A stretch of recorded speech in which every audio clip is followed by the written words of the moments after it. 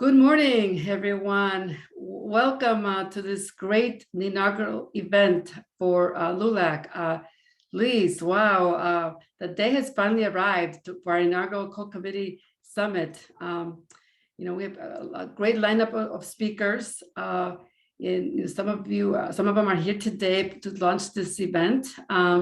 With this event, we are launching a new era for LULAC, its 93-year history. Adding committee leaders appointed by LULAC National President Domingo Garcia to join in the action of making an impact is the new era. We're really, so who are we? We are passionate volunteers dedicated to the mission of LULAC.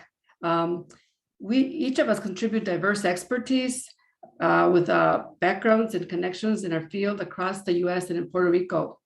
And in our case, we have innovation, technology, computer science, digital equity, technology workforce, entrepreneurship, education leadership, and much, much more. So we are very grateful for this structure of LULAC and the President Domingo to honor us with this appointment, and all the resources of today have to do with those connections that we have across our country that we're here to make part of LULAC and extend the resources and the impact that is so much needed in our country. Latino community in particular that we represent. So Luis, what are your thoughts on today's event? Very excited, Caroline. We've been working at this for a while now, and I'm so happy the day is here. I think it's going to be a great demonstration of what is possible, how we can work together to build back better, stronger together. And in many ways, that motto that we use in our community, si se puede, si se puede juntos, because we do need to work together. There's so much work, as you said earlier, that has to be done. I think the lineup today in our speakers and panelists and people working behind the scenes so hard, like you said, we're all volunteers, and that's what it's going to take to make a difference in this country. We need to work together like never before, and it's amazing that we can use technology like this to help bring us together when it's also been used to divide us.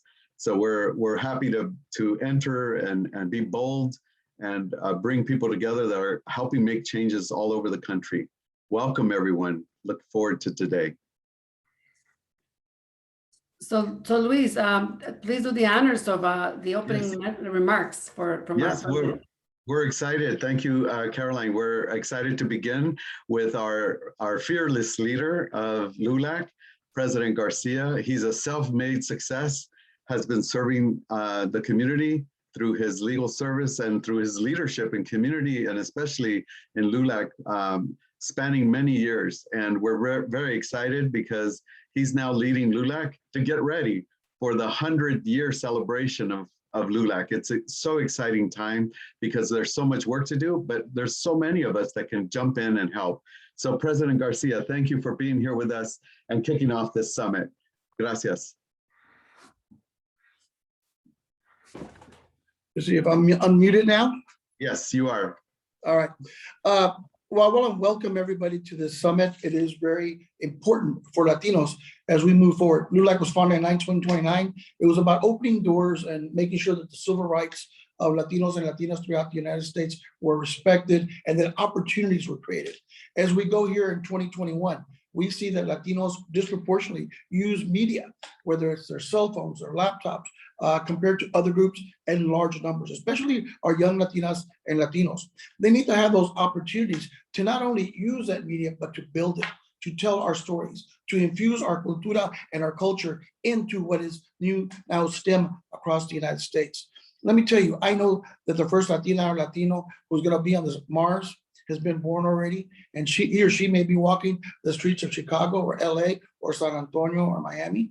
I know that the ones that are there that are building the apps and are working to ensure that we have a better, more prosperous America are right now on the front lines in Silicon Valley or in Austin, Texas. So what we need to do is make sure that this organization and what we are doing, and that the doors of our administration now under President Biden, that they open up those opportunities for every Jose and Maria who wants to go into computer engineering, or who wants to go into computer science, or who wants to make a difference in starting an entrepreneurship of building their own business that kicks off the ground. and opens up something maybe has never been seen before. So I look forward to working with everybody, and congratulations to our entire team that has worked so hard to put this together. Carolina, Letty, todos los demás, muchísimas gracias, and I look forward to working with all of y'all. Adelante. Y como dijo César Chávez, sí se puede, pero con ganas se puede más. Excellent. Great comments to start off this summit, President Domingo. With those remarks and that vision, that's our marching orders. That's our call to action to be engaged, to get people engaged, particularly the current and next generation of leaders. So, with that, with those comments, it really gives me great pleasure to introduce our keynote speaker, Roberto Rodriguez, the Assistant Secretary of Planning, Evaluation, and Policy Development at the U.S. Department of Education. We're going to need to work very closely with leaders like Roberto to make this happen with his voice, with his experience, with his passion equal to ours. A little bit about Roberto. Education as the path of opportunity is built into Roberto's DNA. That's how he's known. He is the son of public school educators and the grandson of immigrants. I'm an immigrant myself and a proud immigrant. As they say, immigrants get the job done. And I've said that many times. He has earned recognition nationally as a leading policy expert and advocate for equity in education for Latino children, families, and educators. He has worked in 2 presidential administrations and in the United States Senate, putting him in important roles for many of the most important educational efforts of the past 2 decades. Welcome, Assistant Secretary Roberto Rodriguez. We thank you for dedicating your career to advocating for our children. We are thrilled to have you join us today with LULAC and a LULAC friend. Please. Thank you so much, Caroline. It's wonderful to be with you today. And of all of those wonderful things that you've mentioned on the generous introduction, a strong friend and supporter of LULAC is also something that I'm well known for. And I just want to begin by thanking you for your leadership, Presidente Garcia, Luis, all of the tremendous leaders who pulled together today's conversation and charged us here with building back better and stronger, juntos. This collaboration and the leadership that LULAC brings in the moment that we're in is critical for our future. It's critical for all reasons that I don't have to remind you of. We are coming out of a global pandemic that has exposed and even exacerbated the inequities that were already present across our community. And that means that for so many of our Latino and Latina families across the country in Puerto Rico, our students who had been left behind from opportunity in education, whose families had been left behind from the opportunities for social mobility and economic mobility, who might have been left behind from the housing security or transportation or economic security that we need. This pandemic really exacerbated those challenges further. So it will take a collective effort, all of us juntos, to move forward on this charge and to embrace President Biden's vision to build back better. And he believes that there's no greater economic engine in the world than the hard work and ingenuity of our communities. And that's been a hallmark of our Latino community for years. We are hardworking, determined, dreamers. And we understand that the greatest pathway to opportunity in our country is through education. And this is why President Biden has focused us so closely on reopening our schools in a safe and healthy way, making sure that we support continuity of learning. And our outstanding Secretary of Education, Miguel Cardona, has been going around the country, connecting with our communities to help support that effort to reopen our schools. LULAC has understood this educational imperative for so many years. For 100 years, as the longest standing organization exercising voice and organizing and mobilizing our Latino community. And your education programs from your TRIO programs to your STEM and after school programs across our states, across Puerto Rico, have really been a lifeline of opportunity for so many young people. And we need even more of that moving forward.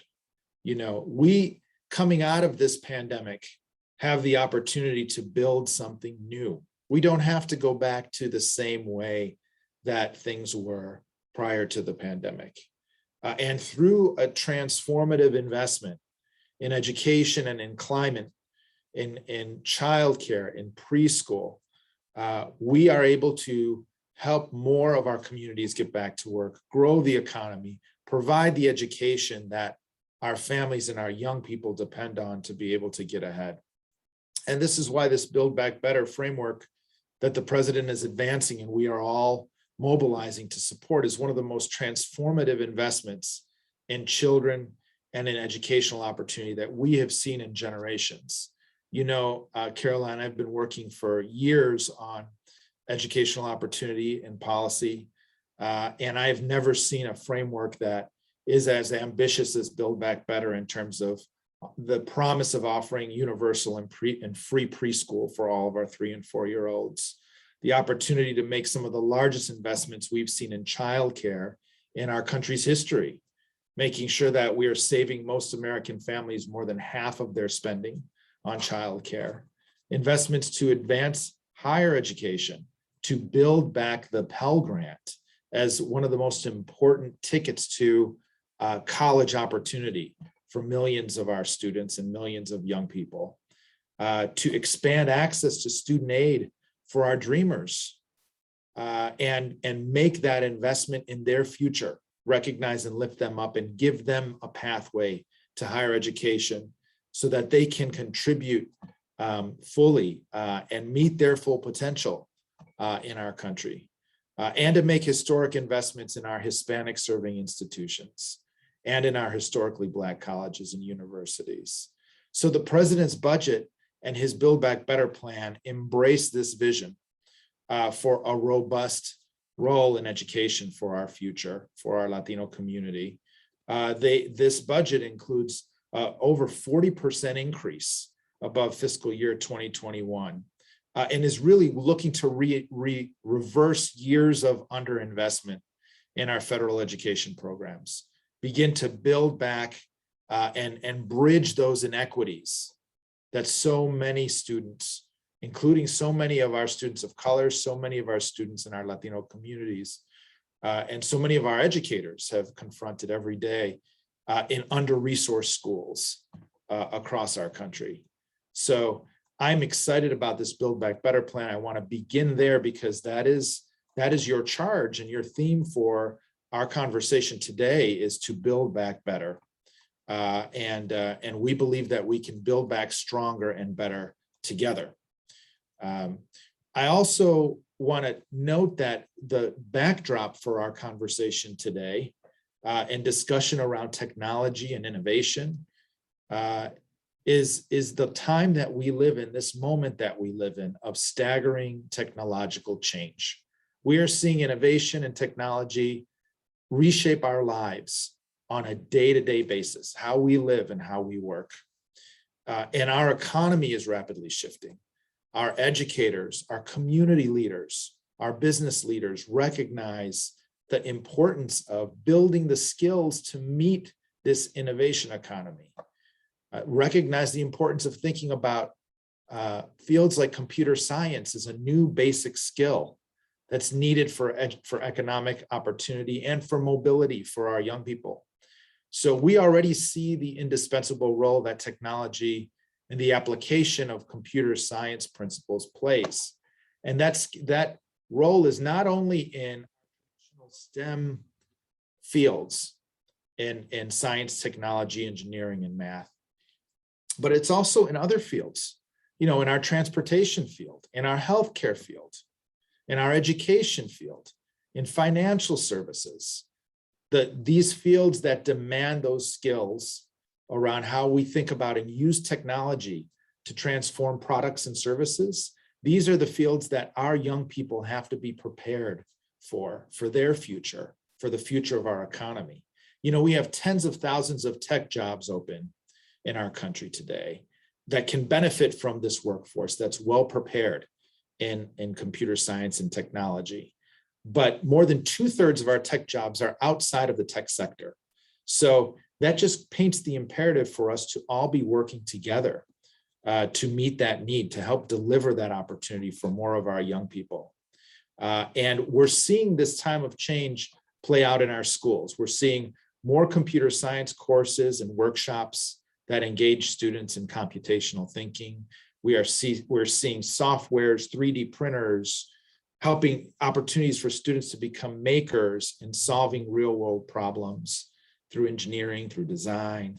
We're seeing robotics competitions and digital coding and opportunities for students to exercise their collaboration and problem solving skills. But make no mistake, computer science is not just about digital coding. It is about this active and applied field of STEM learning.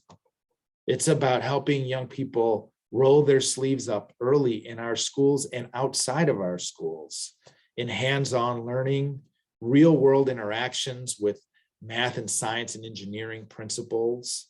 It is ultimately about giving our students the opportunity to be producers, to use that ingenuity and that creativity around design, rather than just being consumers, to be producers in this digital economy. And ultimately to be active citizens, to fulfill the promise of the American dream in this world that we live in this technology-driven world. So how do we meet this charge as a country in this amazing time of change?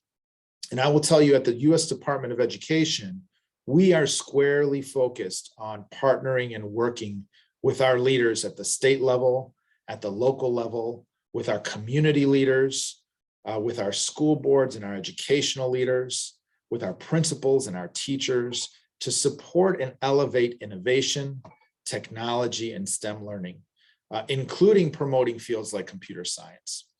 And we're dedicated to advancing that mission in the spirit of improving teaching and in the spirit of improving the engagement of young people in their learning and in their future. We have to help them take hold of that learning through technology, through innovation, through fields like computer science. And we've seen this digital divide play out across the country. We knew it was present in our communities even prior to this COVID pandemic. We knew that our Latino communities and homes were underserved, were not as well connected, that computer infrastructure was not there, that digital infrastructure wasn't there. And this pandemic just exposed that further. So we've been very urgently getting about the work around building out that infrastructure for our communities and our learners. But we also know that this digital divide is accompanied with an opportunity divide. There is a digital opportunity divide in our country. And that divide can only be bridged by providing greater access to digital learning, to STEM, to computer science. And it can only be bridged by all hands on deck charge. We all have a role to play in bridging that divide, right? So our state leaders can map and provide greater access to rigorous standards in STEM and in computer science. They can invest in helping support our educators and support our leaders educating our students outside of the classroom, and our higher education leaders in better meeting this charge. I know we're going to be talking and hearing from Carmen Ayala later, who's a wonderful leader who's also been leading her state in helping to support culturally competent learning and teaching for our students. And we can meet that charge of cultural competence alongside STEM teaching and learning and digital learning. And of course, the president has put forth a vision to expand access to our rigorous schools, rigorous classes in STEM, reduce the equity gaps that we see in our schools for students, including for our multilingual learners, for our Latina students, for our Latino students, and to redesign our high schools, to think about how we expand opportunities for dual enrollment, college credit, career readiness and college readiness, and also thinking about how we support computational thinking across our curriculum and outside of our curriculum. We have a 5-year STEM strategic plan that we're all working on together toward that charge here in Washington, D.C. And that connects from early childhood all the way through the workforce. And then finally, we all have a role to lift up opportunities to engage our parents, our students, and our communities in digital learning and in STEM education, and to help support and build that pipeline of teachers and of adults who can connect with students and help them bring that computational literacy to their lessons, into their lives. Help those projects meet the needs of their communities. And so this is where the work that LULAC leads, along with so many others, to help support opportunities and a learning ecosystem in informal settings and out of school programs and programs within our schools to really meet the needs of our students, provide them opportunities for STEM learning and for computer science enrichment and success is so exciting. And we're already seeing application of our COVID dollars and dollars through our 21st Century Community Learning Program and our American Rescue Plan being put to work to that effort. Those are the types of learning experiences that are invaluable. Those are the types of experiences that will make a difference for our learners. And together we can build that community juntos, right? To lift up that opportunity, to bridge that digital opportunity gap for more of our students. So I want to thank you so much for the opportunity to be with you. I want to thank you for your leadership in our Latino neighborhoods, in our communities, in our schools, and in our higher education institutions across the country. And this administration stands ready to work closely with LULAC and with you to move this mission and to advance this charge forward together. Thank you. Secretary Rodriguez, thank you for the great message. It seems like you've been in our meetings discussing all these things that we have to do together. Like you said, build it back better. We can only do it stronger together. And that's our call to action. We are grassroots. We work from the top down, bottom up. And, we all come from the respective communities. I come from Illinois, Luis from California. Dr. Ayala is a dear friend of mine. And you said it so well about what we need to do differently for our students, for our future. But I'm going to say that the other part that is you equally mentioned and is so important is the representation, the inclusion, and the leadership. We need our educators, our leaders need to look like us. And that's not happening. The gaps are huge. So the momentum has to be there, but we have to engage our adults, our leaders, people that look like us. When the students walk into a classroom, they have to see, that their teachers look like them, reflect them, and will inspire them. So, that's why having you that look like the students is an amazing model. And we're here to work together. And this is just the beginning, a call to action. We're doers. So with that, thank you. I'm turning it over to Luis to continue with our great speaker lineup. Thank you, Caroline, and thank you, Assistant Secretary Rodriguez. It was wonderful to hear those inspiring words, but also instructive words about how we can work better together and how this administration is planning to move the agenda forward. It's exciting to hear all that, and great to know that you're in support and in partnership with us. It gives me great honor and pleasure to introduce our next speaker, our keynote speaker as well, for this inaugural summit, Dr. Francis Contreras. Dr. Contreras currently serves as Associate Vice Chancellor for Equity, Diversity, and Inclusion, and as a Professor of Education Studies, she lands currently at UC San Diego, University of California, San Diego. But as of January 2022, Dr. Francis Contreras will begin a new leadership role, very exciting, as Dean of the Education at the school at Irvine, UC Irvine, in Southern California. So excited for her on that. She provides, I think, a great example of the Latino American dream, or just the American dream to begin with, of what is possible in this country. Dr. Contreras is first generation college student. And a special note, she will be the first Chicana Latina dean. I need to slow down to say this. She will be the first Chicana Latina dean to head a school of education in the University of California system. That's big. Felicidades, Dr. Contreras. Very excited to have you with us. Your research focuses on diversity, access, underrepresented students, and the role of public policy in ensuring student equity. And we're really excited that you're going to be able to share some of that work with us today. At the UC system level, she also serves as co-chair of the UC Chicano Latino Advisory Council and the UC Hispanic Serving Institutions Initiative Advisory Board. She serves on many other boards. I want to just quickly cut to the chase to give her all the time she wants and needs.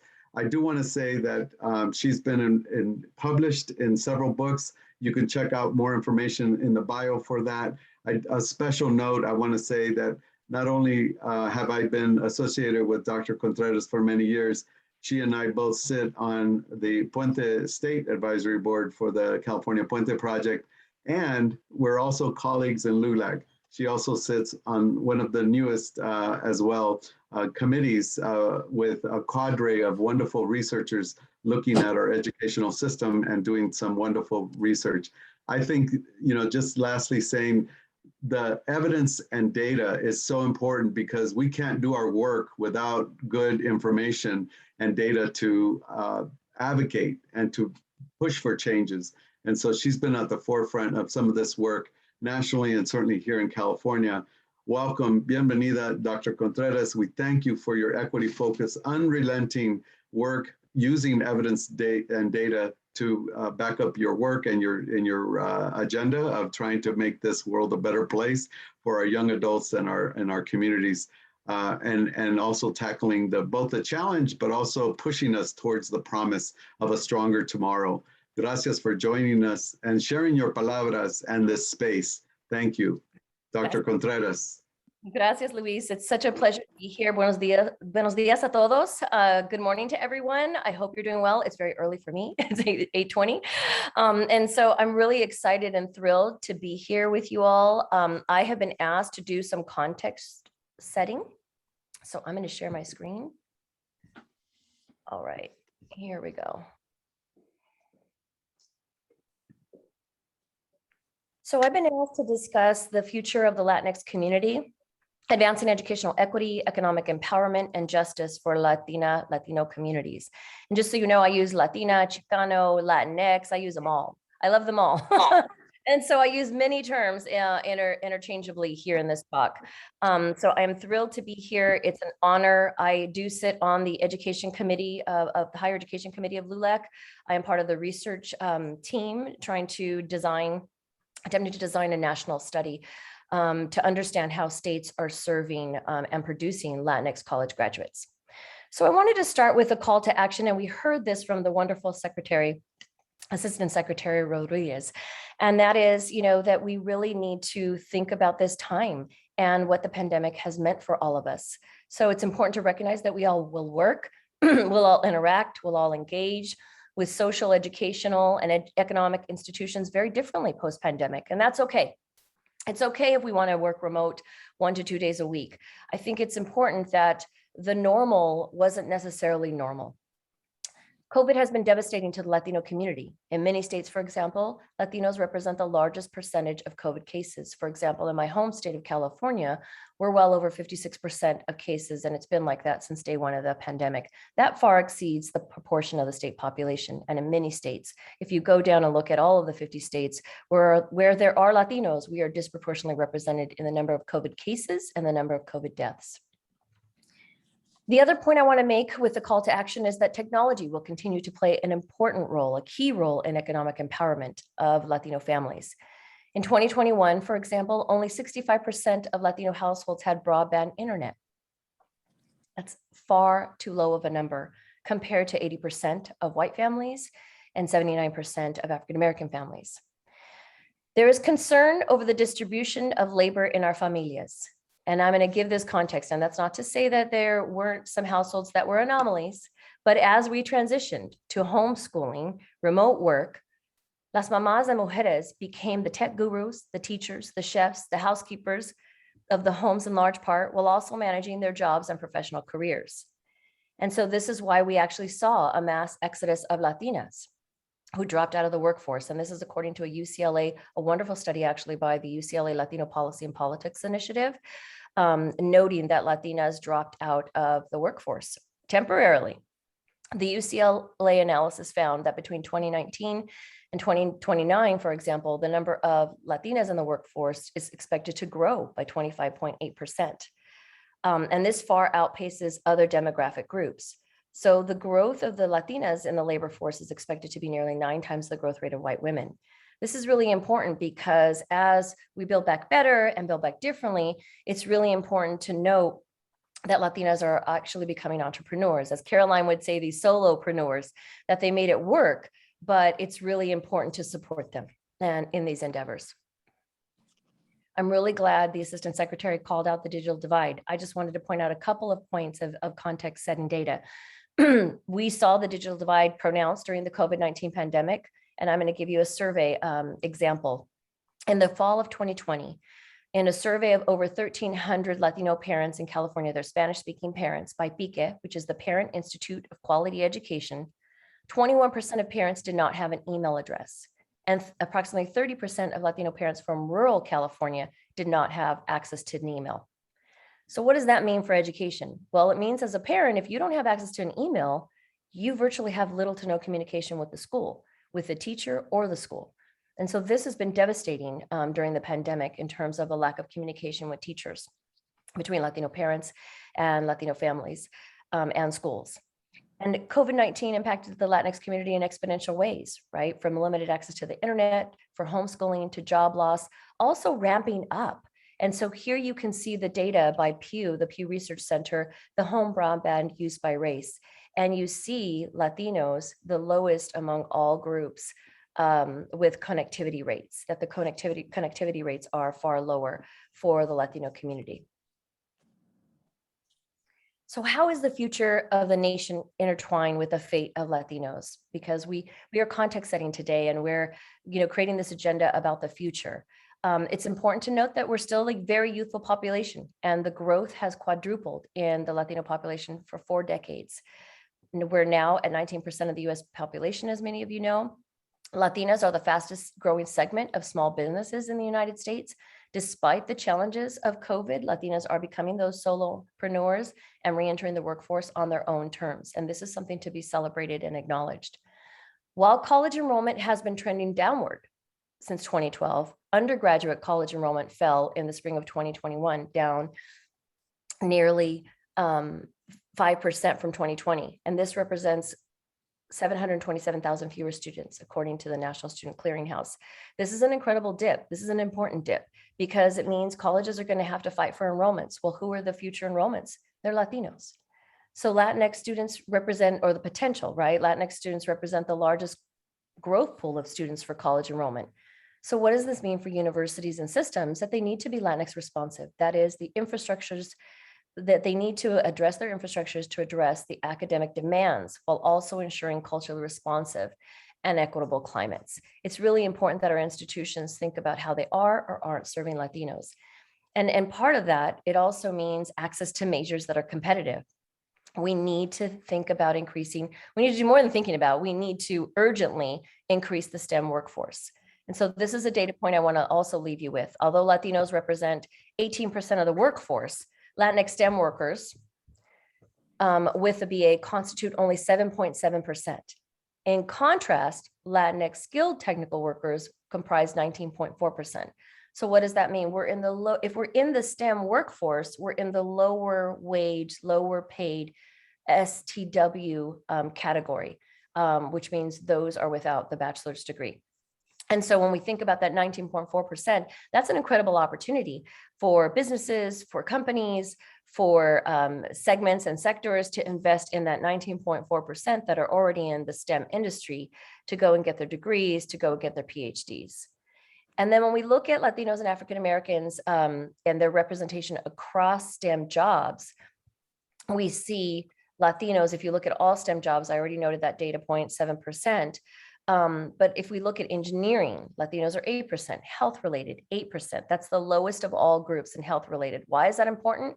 Because it's critically important to have bilingual, bicultural STEM workers in the health professions. Physical science, we're at 7%. In math, we are the lowest in STEM jobs at 6%. And Latino students are highly competitive and excellent in math. So this is an area for growth, an area for opportunity. In life science, 7%, and in computer science, 7%. And so when we see these low data points, yet we also see the potential for growth in college enrollments, this is where we have to think about also strategically investing in Latinx students. And then, of course, to call out the gender divide, that STEM confidence is higher among males than females. It happens at a very early age. If you were to look at Latino students, the blue bar, that women have a lower percentage of STEM confidence. And this derailing from their STEM aspirations happens very early on. So cultivating a STEM pipeline really from grammar school, preschool, grammar school, all the way throughout their educational trajectory is going to be really important. So how might we alter these data? Because I don't want to leave you with just pointing out data points. There's a couple of ways in higher ed, because I know I'm getting close to time. Maximizing the potential of HSIs to cultivate scholars, entrepreneurs, and innovators. There are 569 HSIs in the nation. This number is up 94%, according to Excelencia en Educación. Huge, huge potential. 56% of HSIs are four-year institutions, while 44% are two-year institutions. I'll let you take a look at that data. But what we're seeing is that many states like California, Texas, New York, New Mexico, what we're seeing is that all public systems of higher education are transforming into HSI systems. And that calls out a tremendous potential and opportunity for the Latino community to have an influence and to have leadership cultivated. How do we move an educational policy agenda forward? And this is my last slide. It must be thoughtful, innovative, equity-driven, and bold. To consider really strongly advocating for increased funding for HSIs. They are the largest post-secondary growth sector of all IHEs. Loan forgiveness for college graduates as an incentive to complete their degrees and increase their purchasing power. Acknowledging the value of hybrid work weeks, remote and in-person, that employers need to understand that the college population is very tech savvy and that they need some flexibility in the work week because they want a little bit more balance. And this is, according to that is coming out on the new generation coming out of college. We also need to value those solopreneurs that are launching businesses through business loans and incubator programs. We need to support them to ensure that they thrive. At the K through 12 level, there's a lot that can be done. I know this talk didn't focus on the K through 12 level because of the timing constraints, but we really need to create an education policy imperative to accelerate STEM efforts and college transitions into STEM majors. These are the growth fields. We've heard it from the Assistant Secretary. And so ensuring and advocating for services in K-12, there should be coding in K-12. Robotics, advanced level math, computers, laptops for every student, and free online STEM programming such as the Khan Academy, Python, Flip Math. The very best schools, the affluent school districts, all already have these resources. If you were to go to lower resource school districts, you would not see this barrage of resources in those school districts and schools. And then finally, I want to leave you, excuse me, with this point. The future of the nation is really intertwined with the fact that Latinos are the fastest growing population and that Latinos are the growth segment, not only of college, but also of the workforce. So any employer, system of higher education, institution, or political party that isn't paying attention to the needs of the Latino community, the Latinx community, really runs the risk of being irrelevant. So we need to collectively educate various education, policymakers, and employment sectors to cultivate a Latinx leadership across the pipeline in this process. I thank you for the time today to address some of these points, to call out this important imperative and call to action for the Latinx community. Muchísimas gracias. Thank you so much, Dr. Contreras, for those wonderful comments and stats that need to be so top of mind for the work we're doing. And it gives me great pleasure now to move the agenda along and introduce our partners in crime, our fearless leaders in our committee, to amazing women, Latinas, as we call women warriors. And I will say these days they use it in a positive sense, chingonas, like myself. I have to say it because we do see it in a very positive light. And with that, we'd like to introduce our vice chairs of our committees, both the innovation, technology, and entrepreneurship with Letty, Velez, and with education, vice chair of education, Dr. Ana Gil-Garcia. Welcome. Thank you, Caroline. It's really been a very dynamic morning this morning. I'm so excited already, just to be here today. Thank you, Dr. Contreras. We share, actually, we are members of the Higher Research Committee, Education Committee for LULAC. And I have to say that today we have a very, very exciting agenda. I'd like to start by saying that let's talk about the agenda, right? And unfortunately, which is really a good thing, Letty Velez, who is my dear friend, by the way, who is the Innovation and Technology Vice Chair, she's getting ready for the next session. And the next session is going to be moderated by Letty. And this session is going to be introducing our one great speaker, Dr. and Cornell Professor Deborah Strader, which is the power, she's going to be speaking about the power in cohorts of learning. So that will be our next session. Then we keep moving forward because this is going to be a very dynamic day today. And we are going to be opening the plenary and with the closing the digital divide in the Latinx community. So this will be delivered by Cindy Benavides, who is our CEO, LULAC CEO, and there is a special guest that will join us, who is the chairman of the Federal Communication Commission, Jessica Rosenworcel.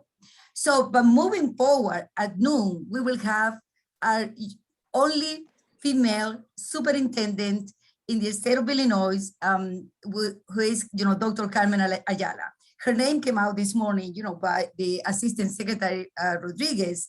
Carmen Ayala is the first Latino superintendent of the Illinois State Board of Education. She's going to be delivering remarks because she's going to be talking about, the two breakout sessions that we will have. One breakout session, it has a unique title, Sí es para Todos, an Equity Movimiento por Latinx. And the other one is going to explore the historical executive order on racial equity and making a small business minority contracting a priority. But then we keep moving and we will get after the breakout sections, and we are going to be doing a fireside chat, building back stronger for today and our future. So in this section, you're going to be learning about the power of collaboration and partnerships through community work. So you will see again, Luis, Caroline, Letty, Leonard, many of us who are part of these, committees that are hosting for, the today's session. We will be closing with something which is extremely good. It's very inspirational. So we're going to be listening to the stories of young professionals in a unique section that is titled Latinx Change Agents, Inspire to Aspire. So that will be, the end of our sessions. But then before we closing, we're going to have something that is going to be energizing us even more, because we have the opportunity to hang out and meet other leaders virtually. And we're going to start building social capital in the relationship that we have created in the course of the day. So I think that we're ready to start today. Please join us in our first session. Thank you, everyone, for this great start, and I look forward to seeing you in the following sessions. See you soon.